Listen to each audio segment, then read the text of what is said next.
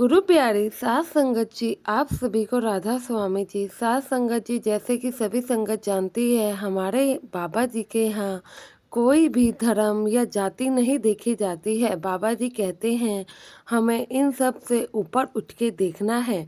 तो सात संगत जी, ऐसे ही एक मुस्लिम लड़की थी। पता नहीं इसके घर में कोई सत्संग ही तो था नहीं, लेकिन इसकी रूह क्यों हमेशा ही बाबा जी की तरफ जाने को तड़पती थी। लेकिन ये मुस्लिम घर से थी और घर में कोई सत्संगी भी नहीं था। दूर दूर तक इनका सत्संगी लोगों से लेना देना नहीं था। तब भी ये लड़की हमेशा ही बाबा जी के तरफ जाने को ही तड़पती रहती थी, सत्संग डेरे जाने को ही बोलती रहती थी। साथ संगत जी, वीडियो शुरू करने से पहले आपसे एक दरख्वास्त करती हूँ, चैनल को सब्सक्राइब जरूर करिएगा और वीडियो पसंद आए तो लाइक जरूर करिएगा। साथ संगत जी, यह लड़की दिल्ली की रहने वाली थी। यह मुसलमान परिवार से बिलोंग करती थी। तो साथ संगत जी, वैसे तो हमारे सत्संग में बाबा जी कहते हैं कोई भी धर्म जात नहीं देखनी चाहिए, हमें इन सब से ऊपर उठकर देखना है, बस हमें कुल मालिक की प्राप्ति करनी है। पर यह मुसलमान घर से बिलोंग करती थी, तो इनके घर में तो लाजमी था कि यह बाबा जी को ना माने, क्योंकि इनके धर्म में किसी अलग प्रकार की पूजा करी जाती है। तो साथ संगत जी, ये जो मुस्लिम लड़की थी, इसकी एक सहेली थी। वह भी मुस्लिम ही थी, लेकिन उसके परिवार वाले अक्सर डेरे और सत्संग में जाया करते थे। बाबा जी के भंडारों पर भी जाया करते थे। साथ संगत जी, ये जो दूसरी मुस्लिम लड़की थी, इसका मन भी बहुत करता था कि यह भी डेरे जाए, सत्संग सुने और सेवा पर भी जाए, पर इसके घर में ये सब चीज़ें अलाउ नहीं थी, तो जिसकी वजह से यह नहीं जाती थी और मन ही मन परेशान हो रही थी, क्योंकि इसे पता था ये घर में किसी को भी अगर बताएगी कि इसके डेरे जाने का मन है तो इसकी माताजी और पिताजी कोई भी इसको नहीं जाने देंगे। तो एक दिन ये लड़की परेशान हो रही होती है और अपनी माताजी से बताती है कि माताजी, मेरा ऐसे डेरे जाने का मन है, मेरी जो फ्रेंड है वह सत्संगी है, अक्सर सत्संग जाया करती है, क्या मैं भी उसके साथ जा सकती हूँ? तो फिर इसकी माताजी कहते हैं, नहीं बेटा, तुम्हें तो पता है ना हम कौन से धर्म के हैं, हमारे धर्म में ये सब चीज़ों को नहीं मानते हैं। तो फिर ये कहती है कि माताजी, मेरी फ्रेंड भी तो इसी धर्म की है ना, उसके घर में तो सब सत्संग जाते हैं, सेवा पर भी जाते हैं। तो लड़की की माँ समझाती है, बेटा, हर किसी के घर का माहौल अलग होता है और तुम वहाँ पर क्यों जाना चाहते हो, तुम्हारी वहाँ पर जाने की इच्छा क्यों होती है, मुझे तो समझ ही नहीं आता है। जब हम आज तक ही डेरे नहीं गए तो तुम्हारी इच्छा वहाँ जाने की कैसे होती है? तो ये अपनी माताजी को कहती है, माताजी, मुझे नहीं पता मैं क्यों एक बार डेरे जाना चाहती हूँ, बाबा जी से मिलना चाहती हूँ, मेरा मन बहुत ज़्यादा ही बेचैन है। तो माताजी समझाती है, बेटा समझो, तुम्हारे पिताजी कभी नहीं मानेंगे, और ये बात तो तुमने मेरे सामने तो बोल दी, लेकिन पिताजी के सामने कभी मत बोलना।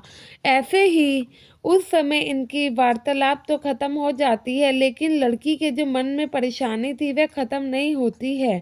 थोड़े दिन बीतते हैं तो ये अपनी फ्रेंड से मिलती है, तो वह भी इससे उदास होने का कारण पूछती है कि तुम इतनी बुझी बुझी सी क्यों हो, कोई परेशानी है तो मुझे बताओ।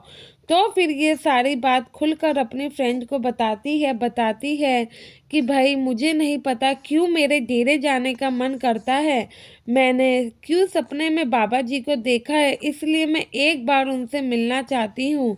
अगर मैं उनसे नहीं मिलूँगी तब तक मुझे नहीं लगता कि मुझे शांति मिलने वाली है, पर मेरे घर में जैसे तुम्हें पता है कि जाने ही नहीं देंगे, तो मुझे समझ नहीं आ रहा कि मैं क्या करूं। तो इसकी फ्रेंड कहती है, तुम चिंता मत करो, हम दोनों ही किसी ना किसी बहाने से सत्संग चलेंगे। अभी हाल ही में छतरपुर में बाबा जी का भंडारा होना है, तो तुम कोई ना कोई बहाना लगा के, थोड़े समय के लिए, एक ही दिन की बात है, तुम कोई ना कोई बहाना लगा के आ जाओ, तो हम दोनों साथ चलेंगे। क्या पता वहाँ पर जाकर तुम्हारे जो कि सवाल है उनका जवाब मिल जाए। लड़की कहती है बात तो तुम सही कह रहे हो। दोनों फ्रेंडें प्लान बनाती हैं। फिर यह लड़की अपने घर में जाके बताती है, माताजी मैं अपनी फ्रेंड के साथ एक दिन घूमने जाना चाहती हूँ।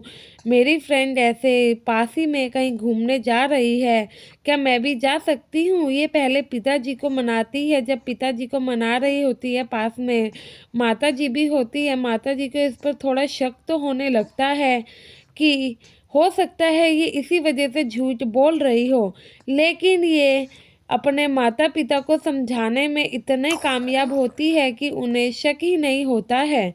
वह सोचते हैं कि बेटी बिल्कुल सही कह रही होगी।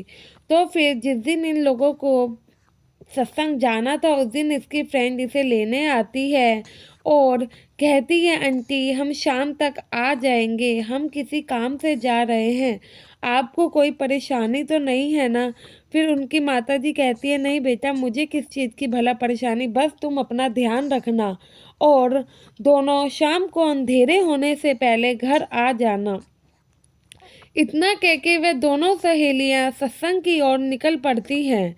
जब यह बाबा जी के सत्संग पहुंचती हैं तो वहाँ पे बाबा जी का सत्संग सुनती है, दर्शन करती हैं और वहाँ पर लंगर भी चखती है। लेकिन वह लड़की कहती है कि यहाँ आके मुझे थोड़ा अब अच्छा लगा है, लेकिन मुझे मेरे सवालों का जवाब चाहिए कि मैं यहाँ आई हूँ तो क्यों आई हूँ? जब हमारे घर में कोई सत्संगी नहीं है तो क्यों मेरा मन इस तरफ भागता है?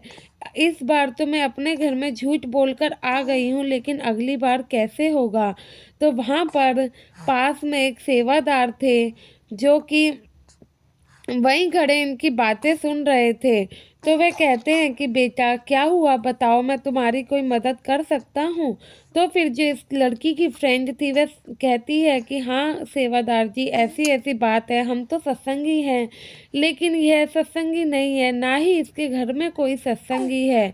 पता नहीं फिर भी क्यों इसका दिल बार बार डेरे आने के लिए ही भागता है और इसके घर में इसको आना भी अलाउ नहीं है। आज भी हम झूठ बोलकर आए हैं। अब आप ही बताओ, बार बार झूठ बोलकर आना भी तो सही बात नहीं है ना? तो वह सेवादार समझाते हैं अगर बेटा तुम्हारा बार बार दिल यहाँ आने का करता है, जरूर कोई ना कोई कनेक्शन तो जरूर है। तुम बाबा जी की ही रूह हो, लेकिन उनसे बिछड़ गई हो। बिछड़ जाने के कारण तुम पूरी तरह भी बाबा जी को भूल नहीं पाई हो, इसलिए तुम्हारा जो कि दिल है वो यहीं पर भागता है। अगर तुम सच में बाबा जी को इतना ही मानती हो, इतना ही तुम्हारे मन में तड़प है, तो ऐसा करो, तुम्हें कहीं जाने की ज़रूरत नहीं है।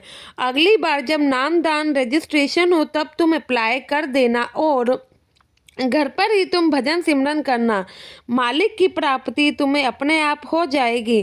साथ संगत जी वह लड़की इसी प्रकार से करती है और तो और उसकी शादी आगे एक सत्संगी परिवार में ही हो जाती है।